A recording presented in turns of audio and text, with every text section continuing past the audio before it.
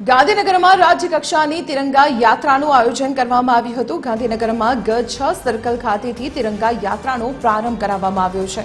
યાત્રાનો પ્રારંભ મુખ્યમંત્રી ભૂપેન્દ્ર પટેલના હસ્તે કરાવવામાં આવ્યો।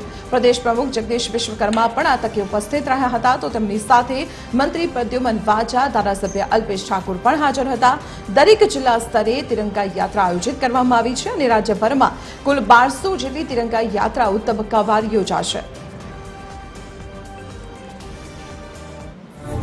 हर घर तिरंगा हर दिल तिरंगा यात्रा ए माननीय वडाप्रधान श्री आपने आजादी वखते जे लाभ नहीं मळ्यो ए हवे अमृतकाल में आपने लाभ मळ्यो छे।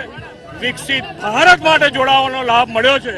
त्यारे आपणे सौ एक राष्ट्र साथे भावना साथे आप मारू भारत ए भावना साथे दरेक जण आ विकास यात्रा में जोड़ाय ए भावनाथी हर घर तिरंगा यात्रा शुरू।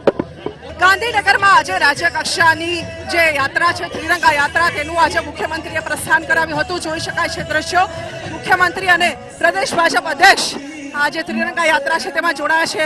बहोળી संख्या में पोलीस जवानों, एनसीसी जवानों, एनडीआरएफ ना जवानों सहितनाए अलग अलग करतब देखाया हता, बाइक पर करतब देखाड्या हता અને આજે આ તિરંગા યાત્રાનો પ્રારંભ કરાયો છે। કેમેરામેન રાહુલ જાદવ સાથે સુરલ અડકા, TV 13 ગાંધીનગર।